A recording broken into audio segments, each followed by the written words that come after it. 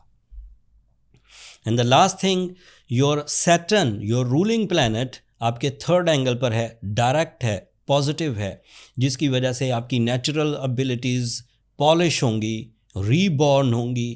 اگر آپ اپنی اسکلز کو کسی وجہ سے خود ہی ڈیمیج دے چکے تھے, آپ جینیس تھے پھر آپ نے لاپرواہی اختیار کی, آپ ہیلدی تھے پھر آپ نے لائف اسٹائل ایسا اپنایا کہ ہیلتھ جاتی رہی, آپ رومانٹک تھے لیکن آپ نے غموں کو اپنے اوپر طاری کر لیا, آپ کے پاس اختیارات تھے لیکن اپنی لاپرواہیوں کی وجہ سے اپنے اختیارات آپ نے کھو دیے. آپ کے پاس ایسٹس تھے, فنڈز تھے, دولت تھی, دھن تھا, لیکن غلط چیزیں خریدنے, انویسٹ کرنے سے آپ نے ضائع کر لی.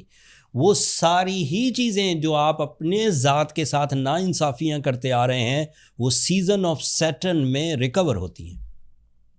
And it is in very good position by Western astrological rules, and you are on your top by the planetary support, by the time behavior, and it is very easy.